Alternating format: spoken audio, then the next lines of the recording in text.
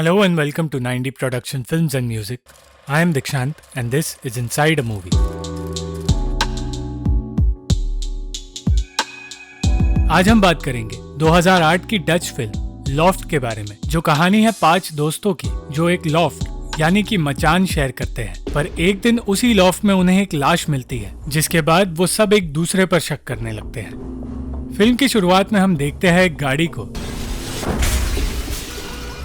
जिस पर कोई आदमी एक ऊंची बिल्डिंग से गिरा है और तभी पुलिस वहां आती है। इसके बाद हम देखते हैं एक आदमी को जिसे गिरफ्तार करके पुलिस उससे पूछताछ कर रही है और उसके साथ उसके दोस्तों से भी पूछताछ की जाती है। उस आदमी विंसेंट का कहना है कि उसे फंसाया जा रहा है और विंसेंट से वो सब कुछ बताने के लिए कहा जाता है जो उस दिन हुआ। विंसेंट कहता है कि उसके दोस्त लूक ने उसे सुबह कॉल करके उन लोगों के लॉफ्ट में जल्द से जल्द आने के लिए कहा। जब वो वहां पहुंचा तो उसने देखा कि लूक कमरे में बैठा है और बेड पर किसी औरत की लाश है। विंसेंट ने उसे पुलिस को बुलाने से रोका और बाकियों को इस बारे में बताने के लिए कहा। वो और लूक दोनों ही उस औरत को नहीं जानते और उस लॉफ्ट का इस्तेमाल सिर्फ वो 2 लोग या उनके 3 दोस्त कर सकते हैं। और जब लूक अंदर आया तब वो लॉफ्ट लॉक्ड था। पर जब लूक से पूछताछ की जाती है तो वो कहता है कि वो कभी उस लॉफ्ट में गया ही नहीं। पुलिस ये बात जानती है कि ये 5 दोस्त विंसेंट की बनाई बिल्डिंग के लॉफ्ट का इस्तेमाल करते रहते हैं, जहां वो अपनी बीवियों से छिपकर अलग अलग लड़कियों को लेकर आते हैं। अपने आप को बचाने के लिए जब लूक कहता है कि वो अपने दोस्त क्रिस के साथ था तो दोनों ऑफिसर्स उसकी बात पर हंसते हैं, क्योंकि क्रिस भी उनके ग्रुप का हिस्सा है। क्रिस ने जब वो बॉडी देखी तो उसे लगा ये सब कुछ उसके सौतेले भाई फिलिप ने किया है और इसीलिए वो लोग उसे समझाते हैं कि पुलिस को इस बारे में बताना ठीक नहीं, क्योंकि इससे उसका भाई फंस जाएगा। और तब वहां उनका चौथा साथी मार्निक्स आता है। जब क्रिस उस औरत की शक्ल देखता है तब समझ आता है कि उन चारों में से कोई भी उसे नहीं जानता। और फिर वो लोग पता करने की कोशिश करते हैं ये सब कुछ किसने किया है। ये सब कुछ शुरू हुआ था 1 साल पहले, जब वो चारों दोस्त विंसेंट के नए प्रोजेक्ट की पार्टी में गए थे। वो सब वहां अपनी बीवियों के साथ आए थे और तब वहां क्रिस को एन नाम की एक औरत मिली थी, जिसका कहना था कि वो क्रिस को जानती है। वो क्रिस की उस पेशेंट की बहन थी जिसने अपनी जान ले ली थी। क्रिस एन से बात कर रहा था और तब वहां फिलिप अपने साथ 2 लड़कियों को लेकर आया। ये देखकर क्रिस उसे उसकी गर्लफ्रेंड विकी के बारे में पूछने लगा, जिस पर फिलिप कहने लगा कि अभी उनकी शादी नहीं हुई है और इसीलिए वो एंजॉय करना चाहता है। विंसेंट उन सबको लेकर उस बिल्डिंग के एक लॉफ्ट में जाता है और उनसे कहता है कि वो इस लॉफ्ट का इस्तेमाल कर सकते हैं और जिसे चाहे अपने साथ ला सकते हैं। ये सुनकर क्रिस कहने लगा कि वो ऐसा आदमी नहीं है जो अपनी पत्नी को धोखा दे, और वहां से चला गया था। पर 1 साल बाद वो सब इस मुसीबत में फंस चुके हैं और क्रिस फिलिप को ढूंढने की कोशिश कर रहा है, जिसका कोई अता पता नहीं। और तब उन्हें बेड पर खून से लैटिन में लिखा कुछ दिखता है और क्योंकि क्रिस को लैटिन समझ आती है वो पुलिस को बताता है उसका मतलब है किस्मत हमें एक साथ जोड़ेगी। और वो मरी हुई औरत लैटिन नहीं जानती थी, जिसका मतलब ये है कि किसी ऐसे आदमी ने वो लिखा है जो लैटिन जानता है। पुलिस को वो 4 दोस्त तो मिल गए थे पर फिलिप अब तक नहीं मिला। पर क्रिस की ये बात झूठ थी कि फिलिप उन्हें भी नहीं मिला, क्योंकि कुछ देर बाद लॉफ्ट में फिलिप आ गया था।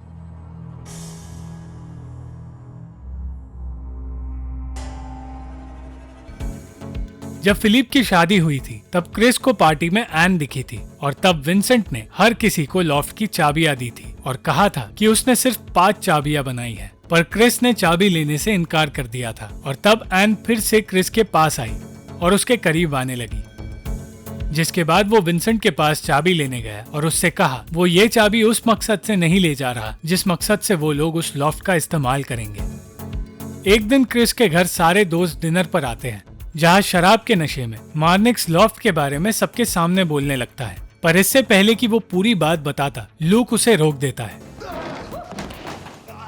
पर लूक की पत्नी को इस चीज से उस पर शक होने लगा था और क्रिस, जो अपनी पत्नी को धोखा नहीं देना चाहता था, उसका एन के साथ अफेयर शुरू हो गया था। एक दिन वो एन से कहने लगा कि वो उससे प्यार करता है और अपनी पत्नी को छोड़कर उसके साथ रहना चाहता है।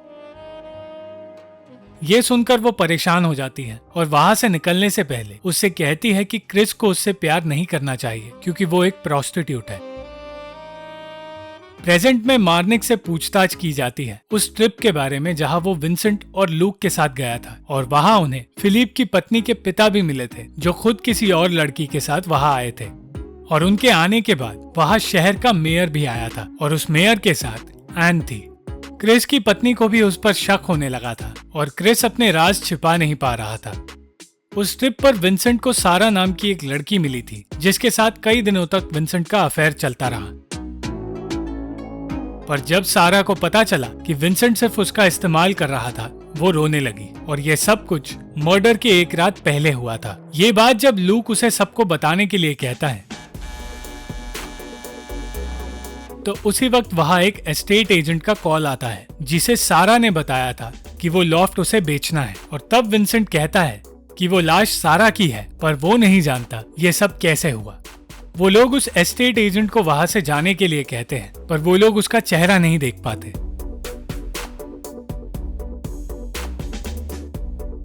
वो ये सोचने लगते हैं कि इस लॉफ्ट के बारे में सारा के अलावा कोई और भी जानता है। और तब क्रिस को याद आता है कि उनके अलावा एन को इस जगह के बारे में पता है जिसे क्रिस ने लॉफ्ट की अपनी चाबी दे दी थी, सिर्फ इसीलिए ताकि एन उसे ना छोड़े।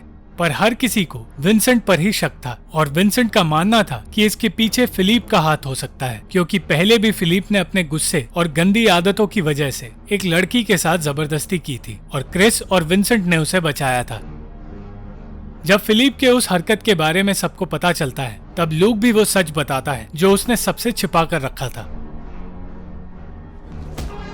जो सुनकर फिलिप उसे पीटता है। वो बताता है कि उसने लॉफ्ट में कैमरास लगा रखे हैं। लूक वहाँ किसी लड़की को नहीं लाता, पर उस लॉफ्ट में हो रही कुछ चीजें वो रिकॉर्ड कर लेता है। इन बातों के बीच लूक कहता है कि उसे लगता है उन सबकी पत्नियों को इस लॉफ्ट के राज के बारे में पता है और शायद वो सब मिलकर उन लोगों से बदला ले रही है। विंसेंट की पत्नी को भी उस पर शक था और क्रिस की पत्नी भी जानती थी वो किसी और से प्यार करने लगा है। मार्निक्स की पत्नी को पता चल गया था कि मार्निक्स जब ट्रिप पर गया था तो उसने उसे धोखा दिया था और वो उसे डिवोर्स देना चाहती थी। और फिलिप की पत्नी को भी उसकी आदतों के बारे में पता था। जिस इवेंट में ये सारी बातें साफ होने लगी थी, उस इवेंट में मेयर ने क्रिस को बताया कि विंसेंट प्रोजेक्ट पाने के लिए उन्हें धमकी दे रहा है और ये खेल उसके लिए महंगा पड़ सकता है।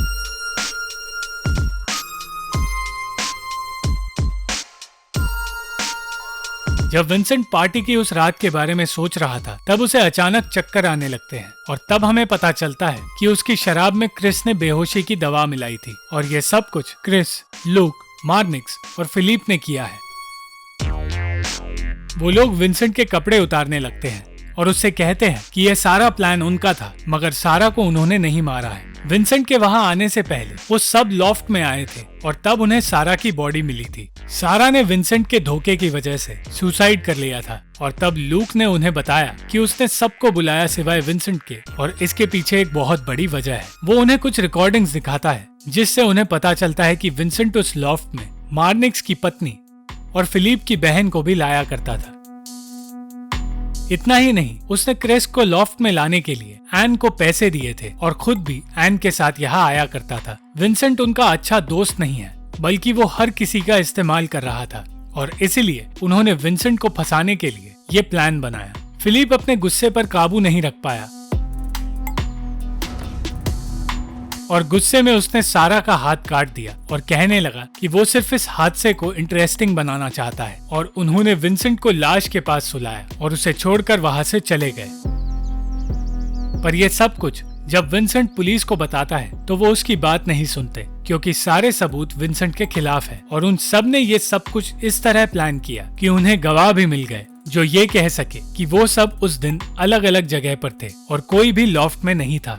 क्रिस और बाकियों को छोड़ दिया जाता है, पर वहाँ से निकलने से पहले क्रिस को बताया जाता है कि उन्हें पता चला है कि सारा खुदकुशी से नहीं मरी थी, बल्कि उसकी मौत हाथ काटने की वजह से हुई थी और अब विंसेंट पर मर्डर का इल्जाम लगेगा। क्रिस कहता है विंसेंट किसी का खून नहीं कर सकता, लेकिन चाकू पर सिर्फ विंसेंट के उंगलियों के निशान हैं, जो फिलिप की वजह से आए हैं। पर वो ये बात पुलिस को नहीं बता सकता। वो चारों दोस्त पुलिस स्टेशन से बाहर जाते हैं और तब क्रिस को विंसेंट की पत्नी दिखती है, जिसे देखकर क्रिस को पछतावा होने लगता है। बाहर आकर उसे याद आता है कि उन्हें सारा का सुसाइड नोट मिला था जिससे विंसेंट की बेगुनाही साबित हो सकती है, और उस नोट के बारे में पूछने के लिए वो लूक को लॉफ्ट में बुलाता है। वो नोट क्रिस ने अपने पास रखा था, पर लूक ने उसे निकाल लिया था और फेंक दिया था। पर क्रिस को जब वो नोट मिला तो उसे पता चला कि वो नोट सारा ने नहीं, लूक ने लिखा था, और ये सब कुछ उसने इसीलिए किया क्योंकि वो सारा से प्यार करता था। पर जब उसने ये बात सारा को बताई तो उसने उससे कहा कि वो उसे पसंद नहीं करती और सिर्फ विंसेंट से प्यार करती है, और ये सब कुछ लूक की पत्नी ने देख लिया था। पिछली रात विंसेंट के जाने के बाद लूक सारा के पास गया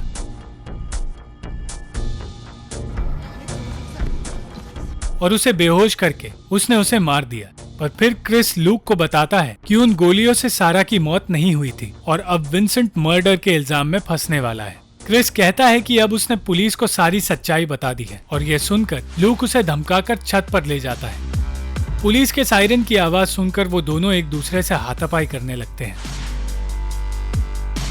पर जब लूक के पास कोई और रास्ता नहीं बचता, वो बिल्डिंग से कूद जाता है और उसकी मौत हो जाती है। और 1 साल बाद सब कुछ बदल जाता है। मार्निक्स और उसकी पत्नी फिर साथ रहने लगते हैं। क्रिस और उसकी पत्नी अलग हो गए हैं और विंसेंट को उसकी पत्नी ने छोड़ दिया है, और अब विंसेंट के पास सिर्फ वो लॉफ्ट बचा है। एन क्रिस से मिलती है और उससे कहती है कि उसने अपना जॉब छोड़ दिया है और बदल चुकी है, और क्रिस और एन अपने रिश्ते को एक नई शुरुआत देने का फैसला करते हैं। Thank you for watching the video. अगर आपको ये वीडियो पसंद आई तो लाइक, शेयर और कमेंट जरूर करना, और चैनल को सब्सक्राइब करना मत भूलना।